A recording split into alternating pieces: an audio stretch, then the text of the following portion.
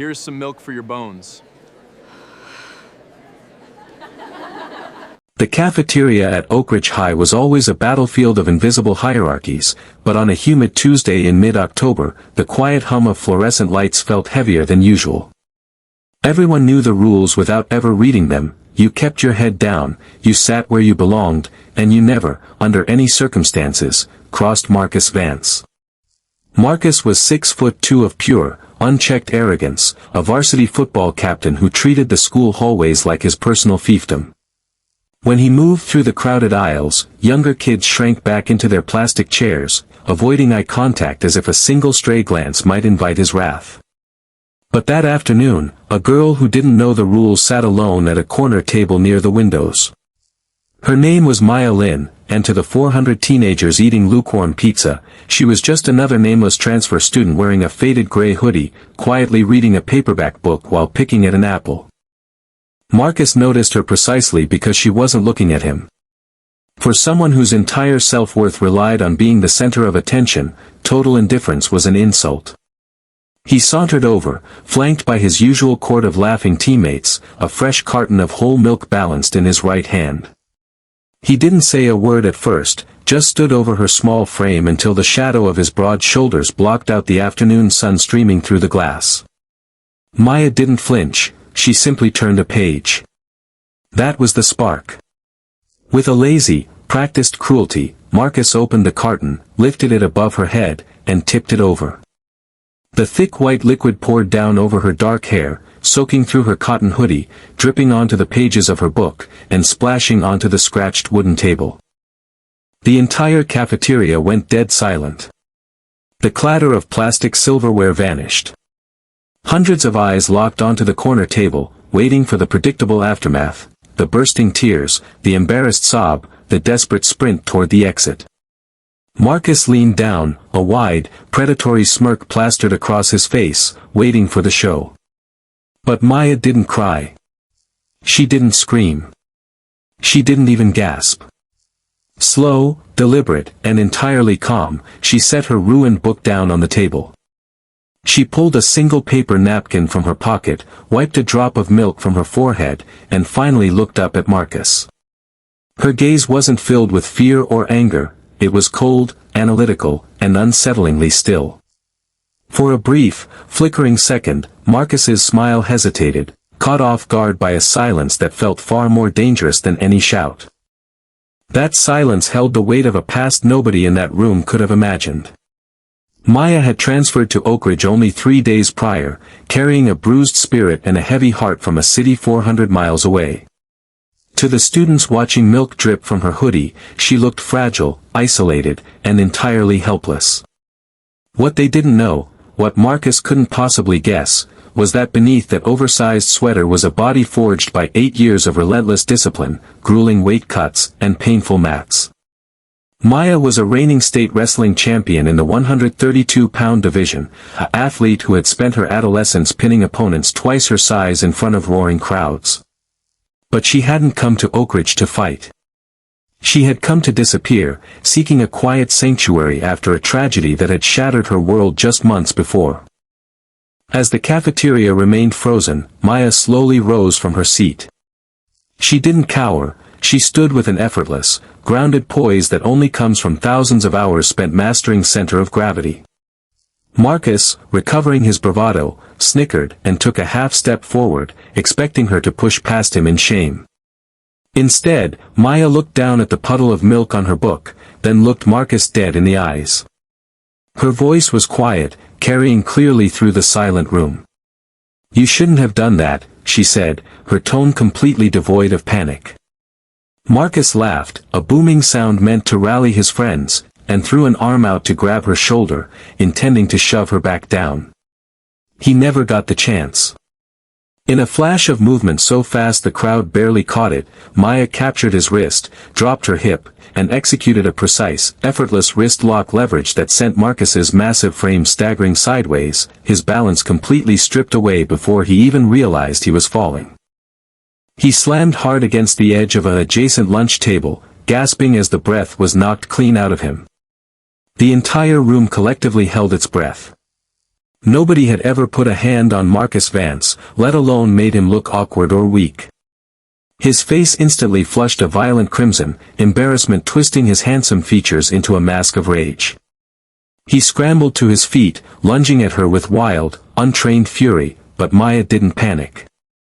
She sidestepped his clumsy charge with surgical efficiency, hooking her foot behind his heel and using his own forward momentum to drive him down to the polished linoleum floor with a deafening thud.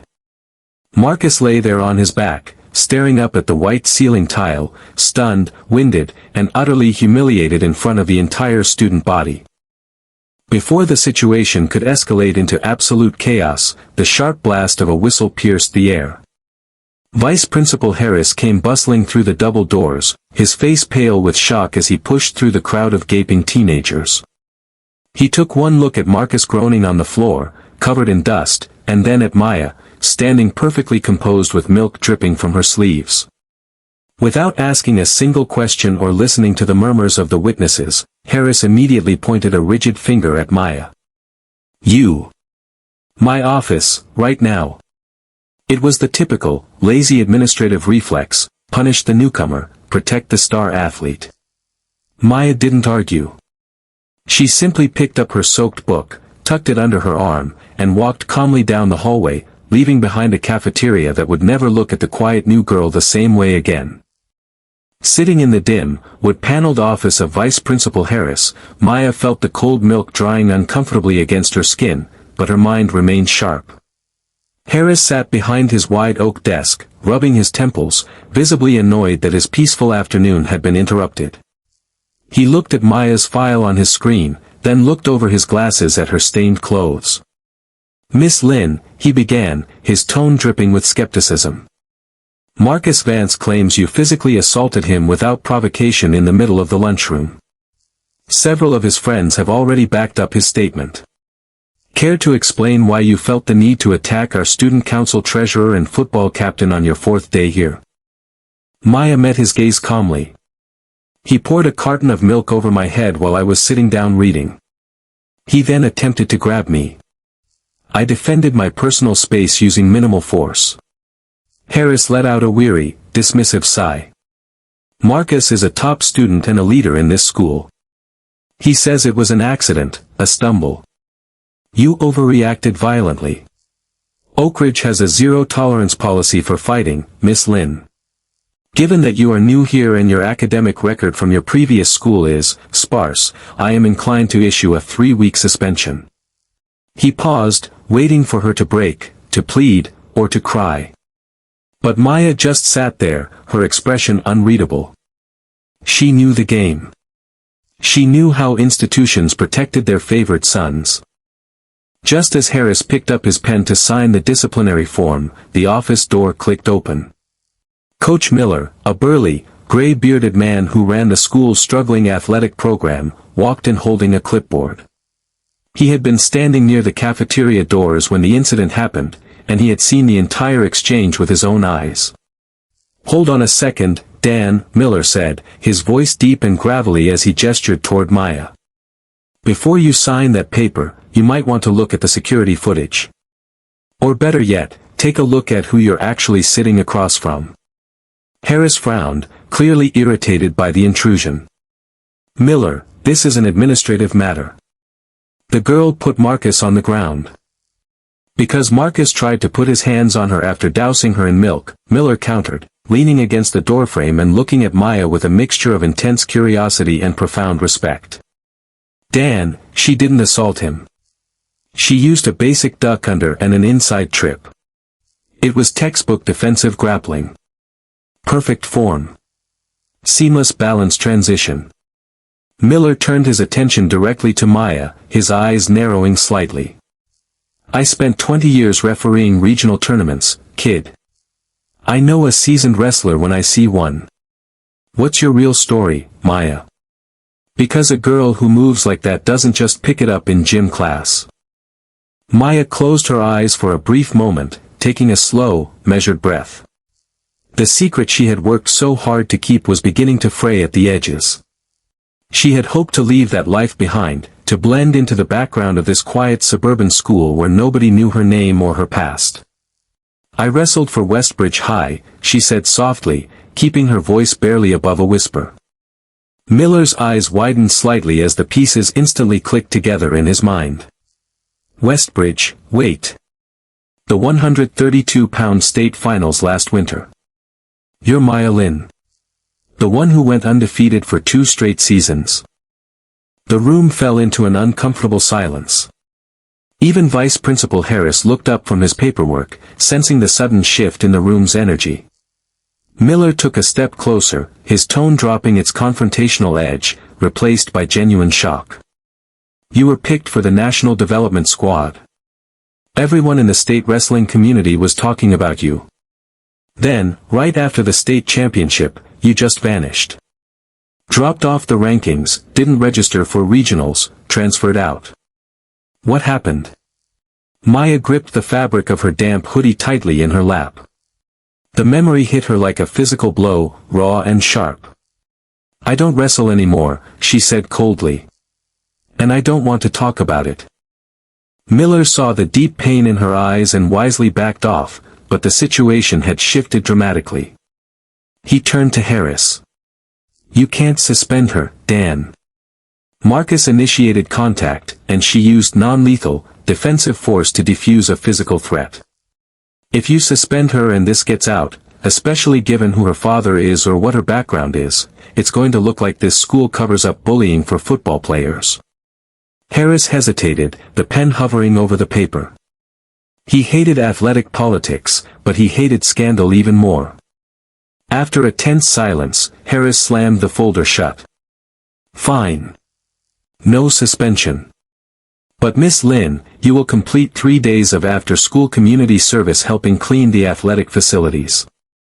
And Marcus will receive a stern warning. Dismissed. As Maya walked out of the office, Coach Miller followed her into the quiet hallway. Maya, wait, he called out gently. She stopped, keeping her back to him for a moment before turning around. Look, I know you said you're done with the sport, Miller said, his voice earnest. But our wrestling program here is struggling. We don't even have a full roster for the upcoming dual meets, and the kids lack discipline. I'm not asking you to compete if you don't want to. But your community service, you could fulfill those hours in the wrestling room, helping me manage equipment and maybe showing the younger kids a thing or two. It beats sweeping the bleachers. Maya looked at him, her eyes guarded. The thought of stepping onto a wrestling mat again sent a sharp spike of anxiety through her chest, bringing back images she had spent months trying to forget, the squeak of shoes on vinyl, the smell of sweat and disinfectant, and the crushing weight of a promise she had failed to keep. Yet, looking at Miller's honest, unpretentious face, she realized it was better than sitting in detention or scrubbing toilets under the watchful eyes of Marcus's friends. Just administrative work, Maya stated firmly. I don't get on the mat. I don't coach. I just do my hours and leave. Miller nodded slowly. Fair enough. Starts tomorrow at 3. That evening, Maya walked home to the modest, 2-bedroom house she shared with her uncle, David. The sun was setting, casting long, orange shadows across the quiet suburban neighborhood. She tiptoed through the front door, trying not to disturb the silence, but David was already sitting at the kitchen table, a half-empty cup of coffee in front of him. He was a quiet, hard-working electrician who had taken Maya in without hesitation when her life blew apart 6 months ago. He looked up, his brow furrowing as he noticed her ruined, milk-stained book in her hand and the slight dampness still lingering in her hair. Maya? Everything okay at school today? David asked softly, his eyes filled with a quiet worry that made Maya's heart ache. He knew better than anyone how much she had suffered, and he walked on eggshells around her, terrified of pushing her back into the dark place she had barely survived. Maya offered a tight, reassuring smile, setting her bag by the door. It's fine, Uncle David. Just a little mess in the cafeteria. Nothing I couldn't handle. David stared at her for a long moment, clearly wanting to ask more, but he chose to trust her. Your dad called from the rehab center today, David added gently. He said he's making progress. He asked about you. At the mention of her father, Maya's breath caught in her throat. The memory came rushing back with terrifying clarity, the roar of the crowd at the state championship, her hand being raised in victory, and then the devastating phone call just 2 hours later. Her father, her head coach, the man who had poured his entire soul into training her since she was 7 years old, had been involved in a catastrophic car accident on his way to watch her final match. He had survived, but the spinal injuries had left him paralyzed from the waist down, and the psychological trauma had sent him spiraling into deep depression and substance dependence. Maya had blamed herself ever since. If she hadn't demanded he come to the night session, if she hadn't pushed so hard for that title, he would still be walking. She had walked away from wrestling that very night, swearing she would never touch the sport again, viewing her success as the ultimate curse. "I'll call him this weekend," Maya lied quietly, turning her back to hide the sudden welling of tears in her eyes. "I just have some homework to finish tonight." She retreated to her bedroom, shutting the door and slumping against it. She pulled off her hoodie, throwing it into the laundry hamper, and walked over to her closet. Hidden in the dark corner behind her clothes was a heavy canvas gym bag. She unzipped it slowly, revealing her state championship trophy, her gold medal, and a pair of worn, black wrestling shoes. She touched the leather of the shoes softly, her fingers trembling. The sport had given her everything, and then it had taken away the only person who mattered. Now, fate was dragging her right back to the edge of the mat.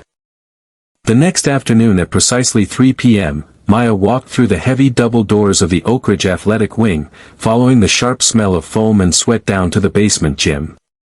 The wrestling room was small, hot, and smelled of decades of hard work. A dozen boys were scattered across the blue mats, running through warm-up drills with varying degrees of enthusiasm. Among them, standing near the edge of the mat in a pristine, brand-new singlet, was Marcus Vance. Maya paused in the doorway, her eyes narrowing. She hadn't realized Marcus was on the team. Coach Miller stepped out from his small glass-walled office, holding a clipboard. Seeing Maya, he offered a warm nod. "Glad you made it, Maya. You can start by sorting the team gear in the back storage room and logging the headgear inventory." As Maya headed toward the storage room, Marcus noticed her presence. His face instantly darkened. Yesterday's humiliation had spread through the school like wildfire, ruining his carefully curated reputation as the unassailable alpha male. The football team had teased him mercilessly, and he was burning for payback. "Hey, Coach," Marcus called out, his voice loud enough to echo off the concrete walls, stopping Maya in her tracks. "Why is she here? Is she our new team mascot, or did she just come to mop the floors?" A few of Marcus's cronies chuckled nervously, but most of the wrestlers stayed quiet, having heard about what happened in the lunchroom. Coach Miller blew his whistle sharply. "That's enough, Vance. Focus on your warm-ups.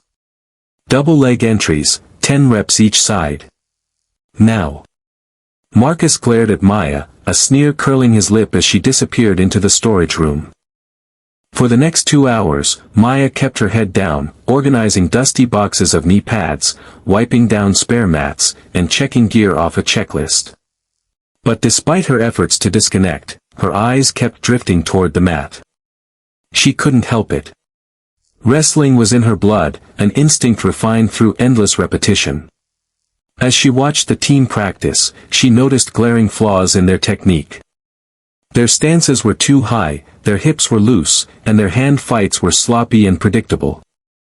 Marcus was the worst offender. He relied entirely on brute strength, muscling his opponents down through sheer size while leaving his legs wide open for easy counters.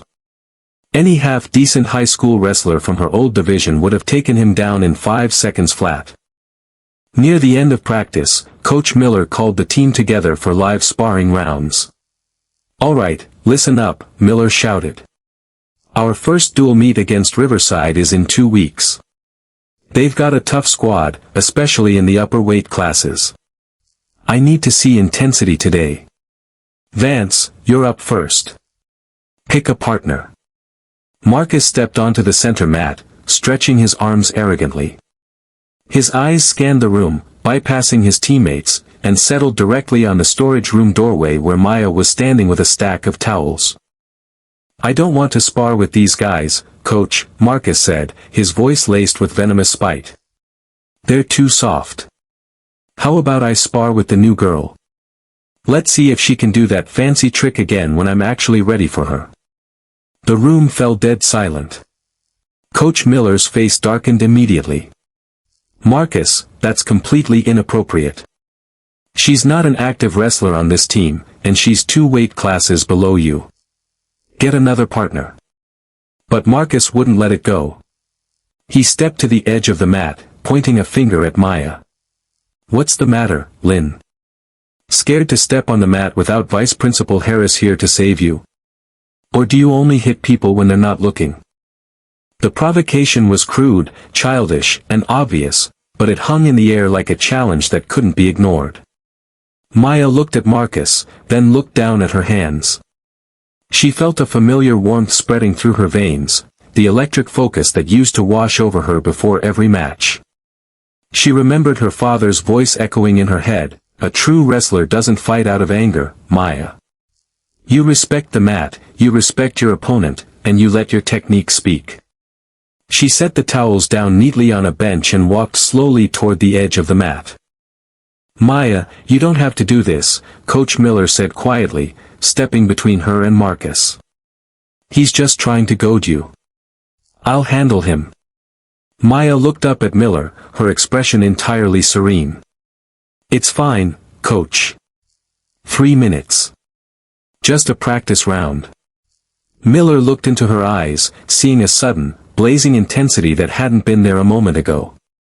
He realized this wasn't about Marcus, it was about something far deeper inside her. Reluctantly, Miller blew his whistle and gestured to the circle. "Standard high school rules. Controlled spar. If anyone gets reckless, I blow it dead immediately. Understood?" Marcus grinned, stepping onto the red circle and slamming his foot down against the mat. He weighed at least 175 pounds, giving him a massive 30-pound weight advantage over Maya. In his mind, yesterday was a fluke, a surprise attack.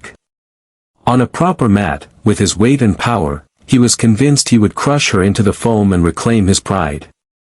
Maya stepped onto the opposite side of the circle, pulling her hair back into a tight ponytail. She didn't wear wrestling shoes, she stood in her socks, her posture low, relaxed, and balanced like a coiled spring. "Ankle bands green and red," Miller called out, stepping to the edge. "Ready? Whistle." The whistle blew, and Marcus immediately lunged forward, shooting for a reckless, heavy-handed collar tie, trying to pull Maya's head down and overpower her. But Maya didn't brace against his force, she absorbed it. The moment his hands touched her collar, she snapped her wrists inside his grip, slipping under his arms with blinding speed. Before Marcus could react, Maya had penetrated deep into his stance, wrapping her arms around his lead thigh, driving her shoulder into his ribs, and lifting him clear off his feet. The entire team gasped in shock as the small, quiet girl lifted the football captain into the air.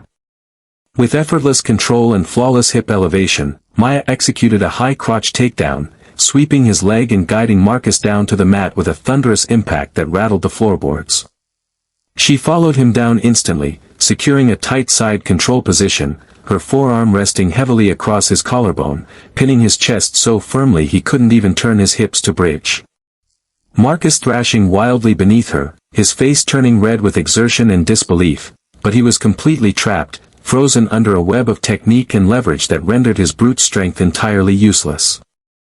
"Point, red. 2 points, take down." Coach Miller called out, his voice trembling slightly with excitement. He looked at the timer. It had taken exactly 6 seconds. Maya didn't gloat, nor did she press her advantage to hurt him.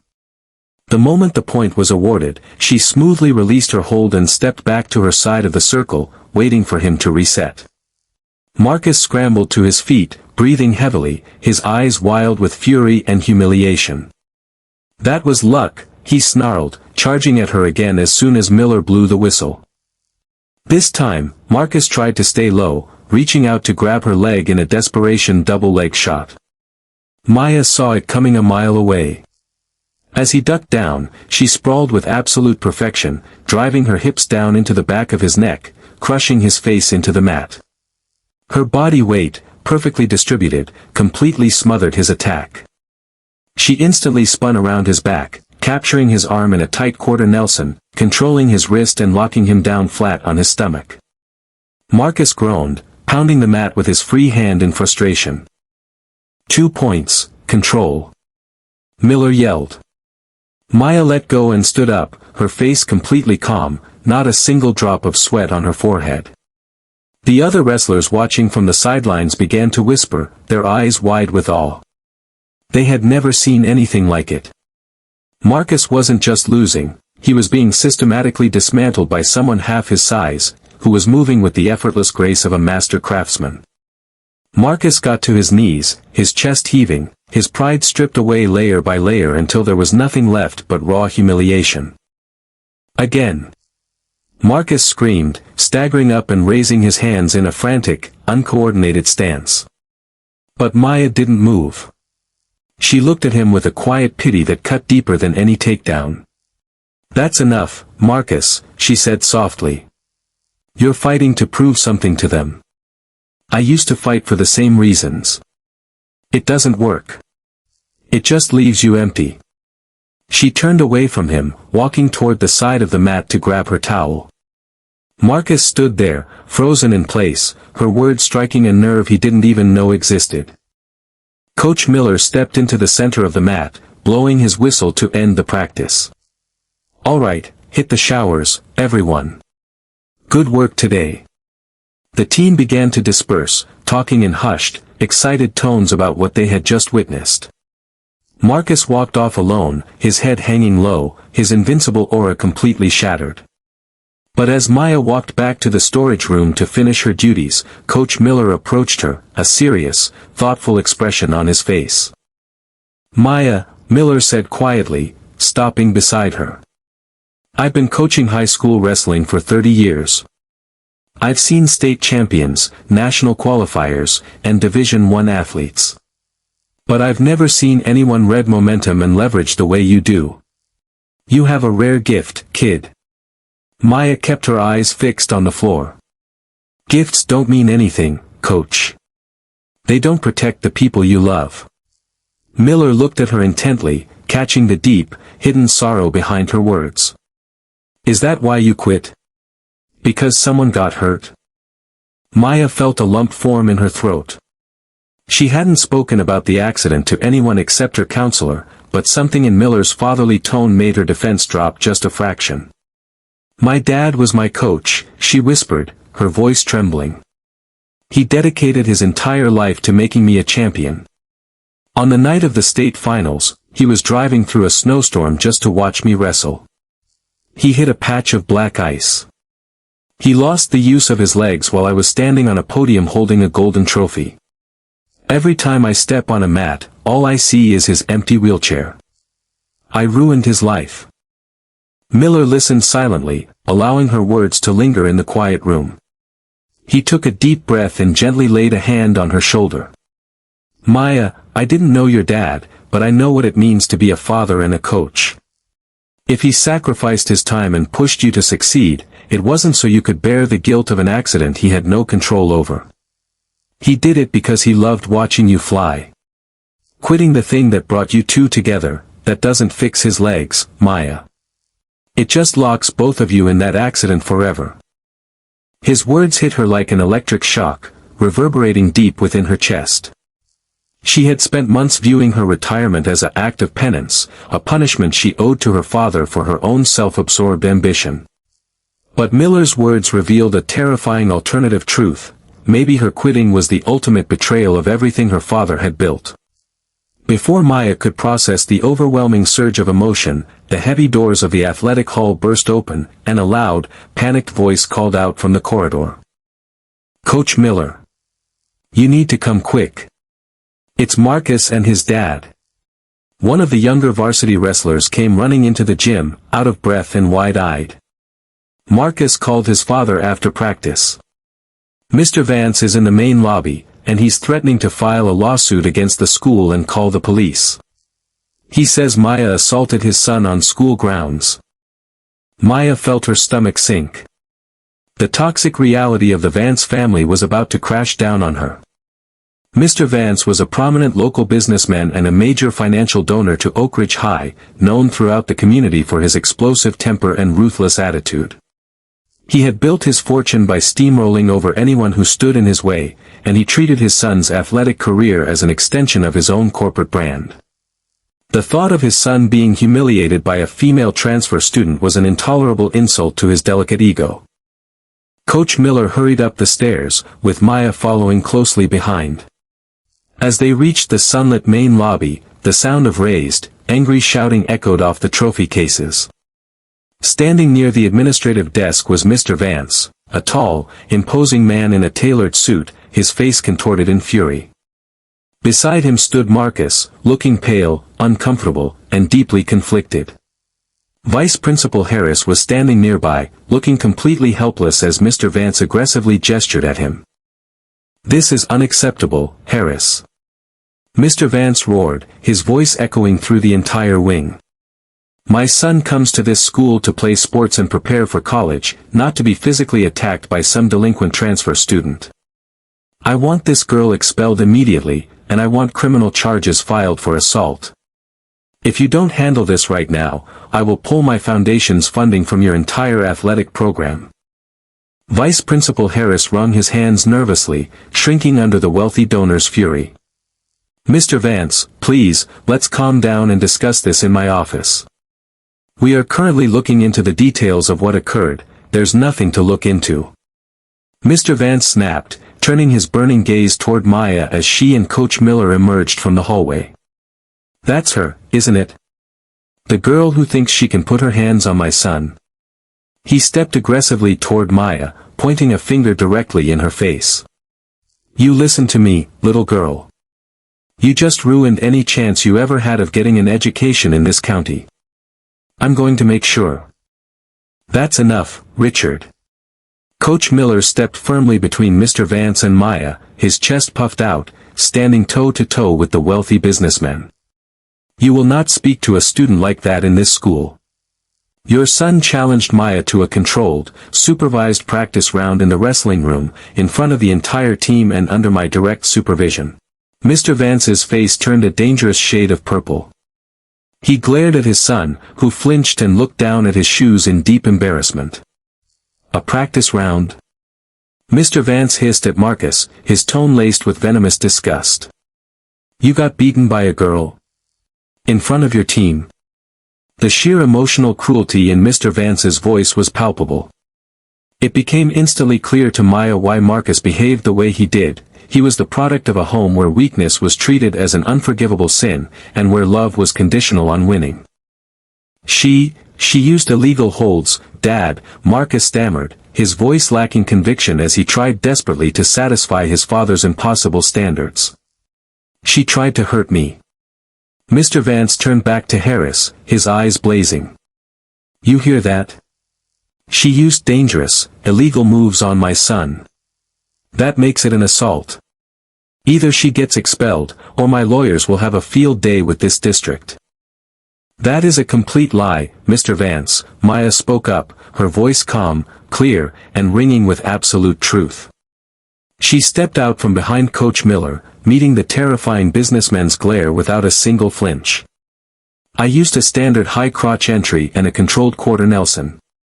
Both are legal, basic moves taught in middle school wrestling. If you want to check the security camera outside the wrestling room or ask every athlete who was sitting on that mat, they will tell you the same thing. Your son wasn't assaulted. He was taught a lesson in humility." The lobby fell into a heavy, suffocating silence. Nobody had ever spoken to Richard Vance like that in his entire life. He stared at Maya, stunned by her absolute lack of fear. "You think you're smart, don't you?" Mr. Vance growled softly, leaning in close. "You think a few wrestling moves make you special? You're a nobody. A transfer kid with no backing. I can destroy your family's life with one phone call. Try it, a new voice called out from the front glass doors of the school. Everyone turned in shock as the automatic doors slid open. Rolling through the entrance in a sleek, black manual wheelchair was a middle-aged man with sharp gray eyes, broad shoulders, and a quiet, formidable presence. He wore a simple flannel shirt, his strong arms propelling the wheels with practiced, powerful strides. Beside him walked Maya's uncle, David. Maya gasped, her hands flying to her mouth. Dad? It was her father, Arthur Lynn. He had driven 3 hours with David from the rehabilitation facility, his face showing the strain of his recovery, but his eyes burning with an intense, unyielding protective light. He rolled right up beside Maya, taking her hand in his and giving it a gentle, reassuring squeeze before looking up at Mr. Vance. Arthur Lynn, Mr. Vance sneered, though a tiny flicker of recognition passed through his eyes. I don't care who you are, I know who you are, Richard, Arthur interrupted, his voice deep, resonance carrying an undeniable authority. You're a bully who thinks money buys class. And I am Arthur Lynn. Former Olympic trial qualifier, 2-time national collegiate champion, and the father of the girl you are currently trying to intimidate. The tension in the room skyrocketed. Mr. Vance blinked, caught completely off guard by Arthur's credentials. Arthur continued, his gaze shifting to Vice Principal Harris. I received a call from David telling me my daughter was being harassed at this school. So I looked into Oak Ridge High's athletic policies on my way here. If Mr. Vance wants to talk about lawsuits, let's talk about the 6 separate complaints filed against his son for bullying lower-classmen over the last 2 years, complaints that your administration swept under the rug to keep him on the football field. Harris's face turned completely white. He opened his mouth to speak, but no sound came out. Arthur turned his cold, piercing eyes back to Richard Vance. My daughter has spent her life learning true sportsmanship, something your son clearly knows nothing about because he was raised by a man who mistakes aggression for strength. If you file one fraudulent charge against Maya, I will bring the State Athletic Association down on this school so hard that Marcus will be disqualified from playing a single sport for the rest of his high school career. Am I making myself clear? Richard Vance stood frozen, his mouth tightly shut, his legal threats dissolving into dust under the overwhelming weight of Arthur's absolute resolve. For the first time in his life, Vance had met someone who couldn't be bought, intimidated, or broken. He looked at Harris, then at his son, his face a mask of bitter defeat. We're leaving, Vance spat, turning on his heel and marching toward the exit doors. Marcus hesitated for a second, looking at Maya with an expression that was no longer filled with hatred, but with a strange, tragic realization of his own pathetic reality. He turned and followed his father out into the cold evening air. As the heavy doors slammed shut, the lobby remained still. Vice Principal Harris cleared his throat nervously, picking up his briefcase. Well, it seems this matter is settled internally. No charges, no suspensions. Good day, everyone. He practically ran back to his office, eager to escape the lingering tension. Maya stood in the middle of the lobby, staring at her father in his wheelchair. Tears welled in her eyes, blurring her vision as months of built-up grief, guilt, and emotional agony finally boiled over. Dad, why are you here? She choked out, her voice breaking. You shouldn't have traveled all this way, you're supposed to be resting. Arthur let out a soft, warm laugh, the sound she hadn't heard since that fateful winter night. He reached out and pulled her into a tight, warm hug, wrapping his strong arms around her as she broke down, sobbing quietly into his shoulder. I came because my daughter stopped living 6 months ago, Arthur whispered gently, stroking her hair. And I realized it was my fault for letting you believe you were responsible for my burden. I am responsible, Maya sobbed, pulling back slightly to look at him. If I hadn't asked you to come to the finals, if you hadn't been driving to see me. Maya, stop, Arthur said firmly, his eyes shining with absolute love and clarity. I was driving on that road because I am your father, and there is nowhere else on earth I would rather have been than watching you reach your dreams. That accident was a tragedy of weather and chance. It was not your fault. It was never your fault. You winning that state title was the proudest moment of my entire life. But watching you throw away your passion, watching you carry this mountain of guilt on your shoulders, that is what broke my heart, Maya. Not my legs. His words pierced through the darkest corners of her soul, shattering the heavy cage of guilt she had built around herself for months. She realized that by abandoning her love for the sport, she hadn't been honoring her father's sacrifice, she had been burying his legacy. Coach Miller stepped forward, wiping a stray tear from his eye and clearing his throat.